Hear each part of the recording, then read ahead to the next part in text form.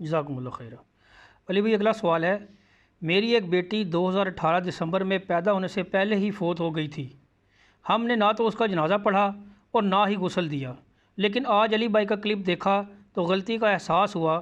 ایسی صورتحال میں مجھے اپنی اس غلطی کا ازالہ کیسے کرنا ہوگا؟ پلیز رہنمائی فرما دیں۔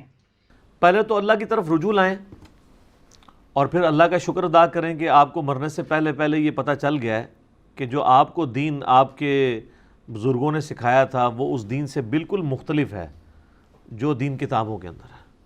جو ہم عرض کرتے ہیں کہ مرنے سے پہلے اے مسلمان کر لے اس پہ غور، کتابوں کا خدا اور ہے، بابوں کا خدا اور۔ ویسے اس کا ایک نیا ورژن بھی آیا ہے، کہنے کو تو دین سب کا اسلام ہے لیکن کتابوں کا جہاں اور ہے، بابوں کا جہاں اور۔ کہتے تو دونوں اپنے آپ کو مسلمان ہیں، لیکن اس کا ایک وکھرا جہاں ہوتا ہے نا، آپ کو پتہ ہے، بالکل وکھرا جہاں ہوتا ہے، اس کا اپنا ہی ایک جہاں ہوتا ہے۔ تو یہ کتابوں کے جہاں میں ہے۔ یہ پچھلے دنوں میرا ایک کلپ اپلوڈ ہوا ہے مردہ بچے کے جنازے کے حوالے سے، تو چونکہ انہوں نے وہ دیکھا ہے تو اب اللہ کی طرف رجوع لائیں، اور اگر اس کی قبر لوکیٹ ہو سکتی ہے، کیونکہ عموماً اس طرح کے بچوں کو اسی طریقے سے دفنا دیتے ہیں کسی جگہ ہی، تو بہتر یہ ہے کہ اس کی قبر کو لوکیٹ کریں، قبر پہ کھڑے ہو کر جنازہ پڑھ لیں۔ بخاری مسلم میں حدیث ہے، نبی علیہ السلام نے شہدائے احد کے اوپر غزوہ احد کے 8 سال کے بعد اپنی وفات سے 1 مہینہ پہلے دوبارہ نماز جنازہ پڑھی۔ اس طریقے سے بخاری مسلم میں حدیث ہے، ایک حبشی عورت تھی جو مسجد نبوی کی صفائی کیا کرتی تھی، مر گئی، صحابہ کرام نے بتایا بھی نہیں حضور کو، خود ہی جنازہ پڑھ کے دفنا دیا۔ 3-4 دن بعد نبی علیہ السلام نے پوچھا وہ عورت نہیں نظر آ رہی، تو لوگوں نے بتایا تو فوت ہو گئی ہے۔ تو آپ فرمایا تم نے مجھے نہیں بتایا، میں بھی اس کا جنازہ پڑھتا، تو مجھے اس کی قبر پہ لے چلو۔ نبی علیہ السلام قبر پہ گئے، جنازہ پڑھا۔ اس کا طریقہ یہ ہوگا کہ آپ قبر پہ، اب یہ قبر ایسے بنی ہے نا، اس طرف چہرہ ہے اور قبلے کے رخ کی طرف ہے، تو آپ اس کی پیٹھ والی سائڈ پہ آ کے کھڑے ہوں گے تاکہ آپ بھی قبلہ رخ ہوں، اور پھر آپ یعنی وہ قبر کو سامنے سجدہ نہیں کر رہے ہوں گے، اللہ کے لیے نماز پڑھ رہے ہوں گے، لیکن چونکہ میت کو سامنے رکھا جاتا ہے لہٰذا قبر کو بھی سامنے رکھ کے نماز جنازہ پڑھیں گے۔ نبی علیہ السلام نے پڑھی، اور پھر آپ واپس لوٹتے ہوئے آپ نے فرمایا یہ قبریں اندھیروں میں ڈوبی ہوئی تھیں، اللہ نے میرے جنازہ پڑھنے کی برکت سے انہیں نور سے بھر دیا، نبی علیہ السلام کی دعا کی برکت۔ اللہ تعالیٰ ہمیں بھی ان دعاؤں کا حصہ نصیب فرمائے، آمین ثم آمین۔ تو یہ بھی اس بات کا ثبوت ہے آپ قبر پہ پڑھ سکتے ہیں۔ اگر قبر لوکیٹ نہیں ہو رہی تو پھر آپ غائبانہ نماز جنازہ پڑھ لیں۔ غائبانہ نماز جنازہ جو اہل حدیث نے جس طریقے سے اس کو بہت زیادہ پروموٹ کیا ہے نا، یہ اس طرح نہیں تھا، بلکہ پروموٹ کیا کیا ہے، کوئی امیر مر جاتا ہے اس کا غائبانہ نماز جنازہ پڑھا دیتے ہیں، کوئی غریب مر جائے تو اس کے لیے دعا کروا دیتے ہیں۔ وہ ظاہر ہے وہ ڈپینڈ کر رہا ہوتا ہے کہ کتنا بڑا وہ فائنانسر ہے۔ غائبانہ نماز جنازہ اس طریقے سے صحابہ کرام میں نبی علیہ السلام کی مبارک زندگی میں کوئی رائج نہیں تھا۔ صرف ایک واقعہ ملتا ہے صحیح بخاری مسلم میں کہ نبی علیہ السلام نے نجاشی کی جب خبر آپ کو ملی، اور یہ نجاشی وہ نہیں تھا جس نے صحابہ کرام کو پناہ دی تھی، اس کے بعد جو نجاشی بنا تھا وہ مسلمان تھا، اور وہ مسلمان تھا ظاہر ہے وہ اب وہاں پہ اپنا ایک انڈیپینڈنٹ بیچارہ ایک مسلمان تھا، کوئی کمیونٹی نہیں تھی، اس کا کوئی جنازہ پڑھنے والا نہیں تھا۔ نبی علیہ السلام تک خبر پہنچی تو صحابہ کرام کہتے ہیں نبی علیہ السلام جنازہ گاہ کی طرف گئے، مسجد میں نہیں جنازہ گاہ میں آپ نے 4 تکبیریں کہہ کے اس کا نماز جنازہ پڑھا، اور اس سے یہ بات پتہ چلی کہ مسجد میں نماز جنازہ پڑھنا ضروری نہیں، آپ جنازہ گاہ میں بھی پڑھ سکتے ہیں۔ اور مسلم شریف میں حدیث ہے کہ سعد ابن ابی وقاص جب فوت ہوئے تو سیدہ عائشہ نے کہا کہ سعد کا جنازہ لا کے رکھو حجرے کے باہر، تو صحابہ ریلیکٹنٹ ہوئے مسجد میں جنازہ پڑھنے سے، تو انہوں نے کہا نبی علیہ السلام تو مسجد میں بھی پڑھ لیا کرتے تھے، تو اس سے ثابت ہوا مسجد میں بھی جنازہ ہو جاتا ہے۔ افضل ویسے یہی ہے کہ جنازہ گاہ میں ہو، مسجد میں بھی جائز ہے۔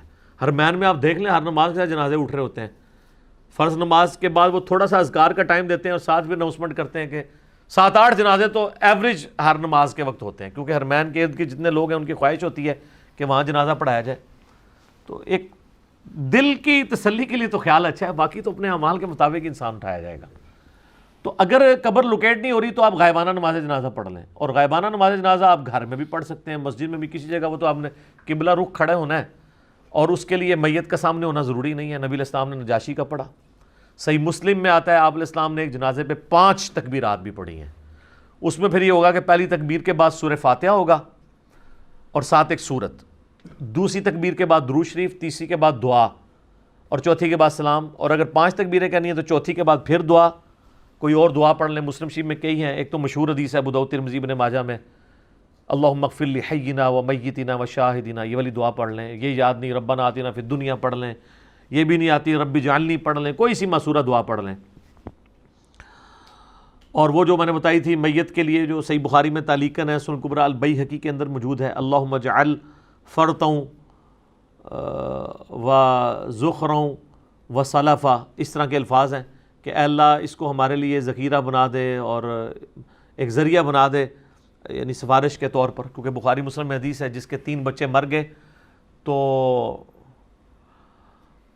اللہ تعالیٰ اس کے بدلے اس پہ اگر وہ صبر کرے اور اللہ سے مانگے تو اللہ تعالیٰ اس کے جنت میں جانے کا سبب ان اولاد کو بنا دے گا سفارش کے طور پہ۔ ایک عورت نے کہا اگر 2 مر جائیں تو فرمایا 2 پہ بھی ہے۔ اور بخاری میں تو یہ بھی الفاظ ہیں کہ اللہ تعالیٰ فرماتا ہے میں اپنے بندے سے اگر کوئی محبوب چیز لے لوں اور اس کے بدلے وہ مجھ سے جو بھی نعمت ڈیمانڈ کرے گا تو میں اس کو عطا فرما دوں گا۔ اور بخاری میں یہ بھی حدیث ہے کہ جس شخص سے میں نے آنکھیں لے لیں تو اس کی جزا جنت کے سوا کچھ نہیں ہے۔ سبحان اللہ۔ تو اب اگر ان کی بچی یا بچہ کسی کا بھی، یہ کافی لوگوں کے سوال آئے ہیں، ہم نے ایک کو ایز اے رول ماڈل طور پر انٹرٹین کیا ہے، تو غائبانہ نماز جنازہ پڑھ لیں اور اللہ تعالیٰ کے حضور آپ اپنی مادری لینگویج میں بھی عام حالت میں دعا کریں کہ اللہ تعالیٰ اس پہ صبر کے عوض آپ کو اجر دے اور اس بچے کو آپ کے لیے ذخیرہ آخرت بنا لے، تو یہ آپ کریں تو انشاءاللہ تعالیٰ وہ غلطی معاف ہو جائے گی۔ بہرحال وہ اس سے اب سبق لرن کریں کہ آپ کے ساتھ کس لیول کا دھوکہ کیا گیا ہے، کہ جو چیزیں یعنی دین میں تھیں آپ کو نہیں بتائی گئی ہیں، بابوں کا دین، فرقوں کا دین اس طریقے سے بتایا گیا۔ تو غائبانہ نماز جنازہ بھی جواز کی حد تک ایسی صورتحال میں جائز ہے۔ ویسے ایک شخص مر گیا کراچی میں، ہزاروں نے اس کا جنازہ پڑھا، اب جہلم میں اسلام آباد میں اس کا غائبانہ نماز جنازہ ہو رہا ہے، یہ غلط ہے، اس کا تو کوئی ثبوت نہیں ملتا۔ نجاشی والی حدیث کو اس پہ فٹ کرنا بڑی دور کا اجتہاد ہے، کیونکہ نجاشی تو اتنی بڑی پرسنالٹی نہیں تھا، نبی علیہ السلام کا سب سے لاڈلا، جسے آپ کا بیٹا بھی کہا جاتا تھا، جس کا نام بھی قرآن میں آیا ہے، زید بن حارثہ، جو صحیح بخاری میں آتا ہے کہ اس کا جو بیٹا تھا اسامہ، نبی علیہ السلام اپنے زانوں پہ ایک طرف حسن ابن علی کو بٹھاتے تھے، دوسری طرف اسامہ ابن زید کو، پوتوں کی مانند تھا۔ تو غزوہ موتا کے موقع پر آپ کو پتہ ہے نا، بخاری کے الفاظ ہیں، نبی علیہ السلام مدینہ شریف میں اور اللہ تعالیٰ نے آپ کو دکھا دیا، آپ رو رہے ہیں کہ میرے عبداللہ کو شہید کر دیا گیا، عبداللہ بن رواحہ کو، اور سب سے پہلے زید بن حارثہ شہید ہوئے، پھر عبداللہ بن رواحہ شہید ہوئے، اور پھر جعفر بن ابی طالب، جعفر طیار جنہیں کہا جاتا ہے، وہ شہید ہو گئے، ان کے تو بازو بھی کٹ گئے تھے، تو بخاری میں آتا ہے اللہ تعالیٰ نے ان کو جنت میں 2 پر دے دیے۔ حضرت علی کے جو بھائی تھے جنہوں نے سورہ مریم پڑھی تھی نجاشی کے دربار میں، وہ غزوہ موتا میں شہید ہوئے تھے، یہ 3 ترتیب سے شہید ہوئے۔ پھر حضور نے کہا کہ اللہ تعالیٰ نے اب مسلمانوں کو اللہ کی تلواروں میں سے ایک تلوار پر متفق کر دیا ہے، مجھے اللہ سے امید ہے اللہ اس پہ فتح دے دے گا، خالد بن ولید پہ۔ وہ فتح بس یہ ہوئی کہ وہ اتنی بڑی رومن امپائر کے لشکر سے اپنے چھوٹے سے لشکر کو بچا کے آنے میں کامیاب ہو گئے۔ اور پھر اس کے بعد پھر نبی علیہ السلام نے سفر کیا تھا غزوہ تبوک کے لیے، جس میں رومن امپائر 1.5 لاکھ کی فوج لے کر کیسے روم بھی بھاگ گیا تھا، وہ اصل میں اس کے بدلے میں حضور جا رہے تھے۔ تو ایلچی بھی خیر قتل کر دیا تھا، یہ بھی بیچ میں ایک واقعہ ہوا تھا۔ تو وہ ایک واقعہ ملتا ہے نجاشی والا، تو یعنی محدثین کہتے ہیں کہ زید بن حارثہ سے زیادہ کوئی اہل نہیں تھا، وہ حضور کا بیٹا ہی تھا، سمجھ لیں بچپن سے آپ نے پالا ہوا تھا، بلکہ ان کو زید ابن محمد کہا جاتا تھا۔ پھر قرآن میں آیا کہ یہ منہ بولا رشتہ کوئی نہیں ہے، تو پھر زید ابن حارثہ ان کو کہا جائے۔ وہ شہید ہوا ہے، حضور نے اس کا کوئی غائبانہ نماز جنازہ نہیں پڑھا۔ تو یہ اس کو ٹرینڈ بنانا اور پھر اس کے اوپر چندے اکٹھے کرنا، ٹھیک ہے، اس کو ایک ایکٹیویٹی کے طور پر کرنا، یہ اسی طریقے سے جیسے تیجے 10ویں 40ویں ہو رہے ہیں، تو یہ فی الحال یہی چیز بن گئی ہے۔ جواز میں کہہ رہا ہوں موجود ہے، لیکن جواز بھی کیٹاسٹروفک کنڈیشن میں ہے۔ یہ نہیں ہے کہ جنازہ ہو چکا ہے اور آپ پھر بار بار اس کے غائبانہ نماز جنازے پڑھ رہے ہیں، ایک جگہ سے اٹھاتے ہیں دوسری جگہ لے جاتے ہیں، دوسری جگہ سے تیسری جگہ لے جاتے ہیں، اور لوگ دور دور پڑھا رہے ہیں۔ بس جنازہ ہو گیا، اتنے بڑے لوگوں نے پڑھ لیا، پھر بار بار غائبانہ نماز جنازہ اس کو پروٹوکول دینا نہیں، آپ دعا مانگیں۔ بخاری میں حدیث ہے، نبی علیہ السلام کو ایک صحابی کی وفات کی خبر پہنچی، آپ نے اپنے ہاتھ یوں بلند کیے کہ آپ کی بغلوں کی سفیدی نظر آئی، آپ نے کہا اللہ ابو عامر کو بخش دیے اور اسے کثیر مخلوق پہ قیامت کے دن فضیلت عطا فرما. یہ دعا آپ علیہ السلام نے تعلیم فرمائی ہے جو بھی بندہ مر جائے اس کے لیے کہ اللہ اسے بخش دے اور قیامت والے دن اپنی کثیر مخلوق پہ فضیلت دے. یہ بھی نہیں آتی ہے اللہ مغفر لی حینا پڑھ لیں، کوئی سی دعا پڑھ لیں، عام دعا بھی. تو جنازہ چونکہ اب اس کیس میں تو بالکل نہیں ہوا ہوتا، ظاہر ہے کہ ادھر جنازہ ہی ہونا چاہیے. ہاں جو غائبانہ نماز جنازہ قبر پہ پڑھا جاتا ہے نا، وہ آپ کسی بھی وقت پڑھ سکتے ہیں، وہ غائبانہ نہیں ہوتا، وہ قبر پہ ہو رہا ہوتا ہے. وہ نبی الاسلام کی سنت ہے کہ وہ میت نہیں ہے تو قبر سامنے موجود ہے. وہ تو میں نے بتایا بخاری مسلم میں آپ نے اپنی وفات سے 1 مہینہ پہلے آپ نے پھر وہاں پہ خطبہ بھی دیا تھا کہ مجھے تم سے اپنے بعد یہ خطرہ نہیں کہ تم شرک میں مبتلا ہو جاؤ، لیکن مجھے خطرہ ہے کہ اللہ تعالیٰ دنیا کے خزانے تم پہ کھول دے گا اور تم پھر دنیا کی محبت میں پھنس کے ایک دوسرے کو قتل کرو گے اور اسی طرح برباد کر دیے جاؤ گے جس طرح اگلی قومیں برباد کر دی گئی. اور بڑا رقت انگیز خطبہ ہے، یہ میں نے کربلا میں ڈالا ہوا ہے. سر اس حدیث کی کوئی شرح نہیں بیان کر سکتا. میں نے اس کو بتایا پھر کہ اس کی شرح کیا ہے کہ غزوہ احد کے قبرستان میں جا کے حضور یہ خطبہ کیوں دے رہے ہیں. خطبہ تو ہوتا ہے مسجدوں کے اندر، اور آپ کیا میسج دے رہے ہیں؟ میسج یہ دیا کہ یہ احد کے موقع پر وہ لوگ دفن ہیں جنہوں نے اسلام کا برا وقت دیکھا ہے اور اپنی جانیں دی ہیں. ان کی قربانیوں کا پھل تم نے کھانا ہے. یہ تو اللہ کے پاس جا کے جنتوں میں اپنا مقام بنا چکے، ان پہ دنیا کے دہانے نہیں کھولے گئے تھے. ان جنگوں کی برکت سے رومن اور پرشین امپائر گرنی ہے. آپ کو تو رومن اور پرشین امپائر گراتے ہوئے بعد کے لوگ نظر آ رہے ہیں نا. غزوہ بدر کے مجاہدین بھی رومن امپائر گرانے والے ہیں جنہوں نے گراؤنڈ پرووائڈ کی ہے، ورنہ تو اسلام کو مضبوطی تو ان لوگوں نے دی ہے نا. شہدائے احد نے، حمزہ ابن عبد المطلب نے رضی اللہ تعالیٰ عنہ علیہ السلام. تو حضور یہ میسج دے رہے تھے کہ دیکھو ان لوگوں نے دنیا سے کوئی حصہ نہیں لیا، یہ تو چلے گئے، اب تم لوگ پیچھے ان کا فروٹ کھاؤ گے تو دیکھنا ایک دوسرے کو قتل نہ کرنا. اس میں یہ بھی الفاظ ہیں میرے بعد کافر نہ ہو جانا کہ ایک دوسرے کی گردنیں مارنا شروع کر دو. تو حضور کو تو بتا دیا گیا تھا جنگ جمل صفین نہروان ہوگی. تو اور دوسرا آپ الاسلام نے یہ بھی میسج دیا کہ اسی غزوہ احد میں تم میں موجود تھا. اللہ نے قرآن میں وعدہ بھی کیا تھا فتح کا، لیکن تم نے ڈسپلن لوز کیا، میرے بھی دانت شہید ہوئے اور فتح شکست میں بدل گئی. تو جب میں دنیا سے اٹھ جاؤں گا تو تم پھر کس پہ تکیہ کرو گے اگر تم نے اللہ کی نافرمانی کی تو. یہ میسج بھی تھا اس کے اندر. تیسرا میسج یہ تھا کہ صحابہ کرام نے مال غنیمت کو جمع کرنے میں جو بظاہر دنیا کا ایک مال تھا، وہ خواہش ہے، کوئی اجتہادی طور پہ غلطی، لیکن دوسری طرف بخاری کے الفاظ ہیں کہ تم دیکھو کہ پرندے ہماری تکہ بوٹیاں اٹھا کے لے کے جا رہے ہیں، تب بھی تم نے درہ نہیں چھوڑنا. پھر بھی 50 میں سے 35 نے درہ چھوڑ دیا. تو خالد بن ولید جو کافروں کی طرف سے آئے تھے پیچھے سے حملہ کر کے، نبی الاسلام کے بھی دانت شہید ہوئے. فتح جو ہے شکست میں بدل گئی. 70 کے قریب صحابہ شہید ہو گئے. مدینے میں کوئی گھر نہیں تھا جس میں کوئی میت نہ ہو. اور مسلمانوں کا بڑا کانفیڈنس بھی لوز ہوا، کہاں بدر کی کامیابی اور کہاں احد کی ناکامی. ٹھیک ہے، بل وہ ایک ہی ناکامی ہوئی ہے، اس کے بعد پھر مسلمانوں نے اپنا ڈسپلن نہیں لوز کیا. ٹھیک ہے نا، جیسے وہ کہتے ہیں پول کا میچ ہار گئے، پھر ورلڈ کپ بھی جیتا ہے انہوں نے. یہ واقعات انسان کو لرن کرواتے ہیں.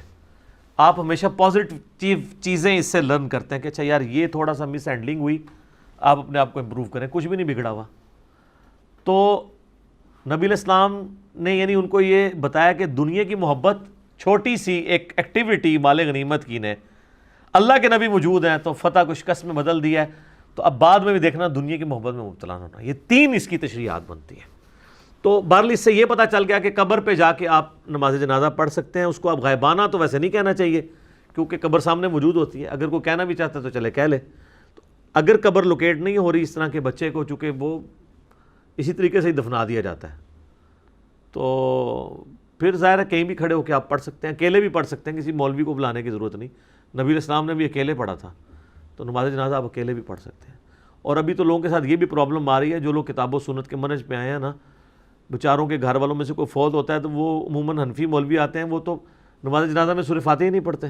ان کو ٹینشن پڑی رہتی ہے یار جنازہ پتہ نہیں ہوا ہے کہ نہیں ہوا. تو ظاہر آپ خود پڑھ لیا کریں سورہ فاتحہ. اور خدا نہ خواستہ آپ کی ڈیتھ ہوتی ہے، پیچھے والے آپ کو کسی سے ایسے بندے جنازہ پڑھا دیتے تو ٹینشن لینے والی کوئی بات نہیں ہے. کئی صحابہ کے تو جنازے ہوئے ہی نہیں ہیں. اللہ کے حضور یہ جنازہ پڑھنا پچھلوں کی ڈیوٹی ہوتی ہے، یہ ان کے اوپر فرض ہوتا ہے. میت پہ فرض نہیں ہوتا کہ اس سے اللہ تعالیٰ پوچھے تیرا جنازہ پڑھا گیا سی کہ نہیں. ٹھیک ہے, فرض کفایہ کس کے لیے کہا جاتا ہے؟ ورثاء کے لیے, پچھلوں کے لیے, اس کے لیے نہیں. وہ تو چلا گیا, وہ تو سر بخاری کے الفاظ ہیں کہ میت اپنی چارپائی پہ کلام کرتی ہے, مجھے جلدی جلدی قبر کی طرف لے جاؤ, جنت کا انتظار کر رہی ہوتی ہے وہ. اور جو بری میت ہے وہ کہتی ہے کہ مجھے کہاں لے کے جا رہے ہو. اور نبی علیہ السلام فرماتے ہیں کہ اس کا یہ چیخو پکار جن و انس کے علاوہ ہر مخلوق سنتی ہے, اگر انسان اور جن سنیں تو بے ہوش ہو جائیں. واقعی جناب, ابھی آپ ذرا امیجن کریں کہ گھر سے یہ جو میت اٹھ رہی ہے اس میں سے بعض وہ چیخیں مارنا شروع کر دے کہ مجھے نہ قبر لے کے جاؤ, جناب لوگ بے ہوش نہیں ہو جائیں گے؟ امیجن تو کریں ذرا اس کو, پھر تو کھل جائے نا. ہو سکتا ہے آپ تو مطلب ہزاروں بندے کٹھے ہوئے ہوں کہ ان کا جنازہ پڑھ کے ہم بھی بخشے جائیں, اور وہ حضرت صاحب جو ہے وہ چیخ رہے ہو مجھے کہاں لے کے جا رہے ہو. آندہ تو کسی حضرت ہے, جنازہ پڑھ رہی تھی چاٹ دینا ہے. دیکھیں نا, یہ اللہ نے بڑا پردہ رکھا ہوا ہے. صحیح بات ہے, یہ اس کی مہربانی ہے, بزرگوں کی بزرگی کے اوپر پردہ رکھا ہوا ہے, ورنہ آپ کو پتہ چل رہا ہے ان کا تو جہاں ہی کچھ اور ہے. ٹھیک ہے, یہ تو اس جہاں میں نہیں جا رہے, یہ اس جہاں سے کسی اور جہاں میں جا رہے ہیں. ٹھیک ہے, یہ اللہ نے یقین کرے پردہ رکھا ہے. اللہ تعالیٰ دنیا اور آخرت میں ہمارے گناہوں پر پردہ رکھے, ہمیں بلا حساب و کتاب جنت میں داخلہ عطا فرمائے. آمین ثم آمین. ثم آمین. جزاکم اللہ خیرہ.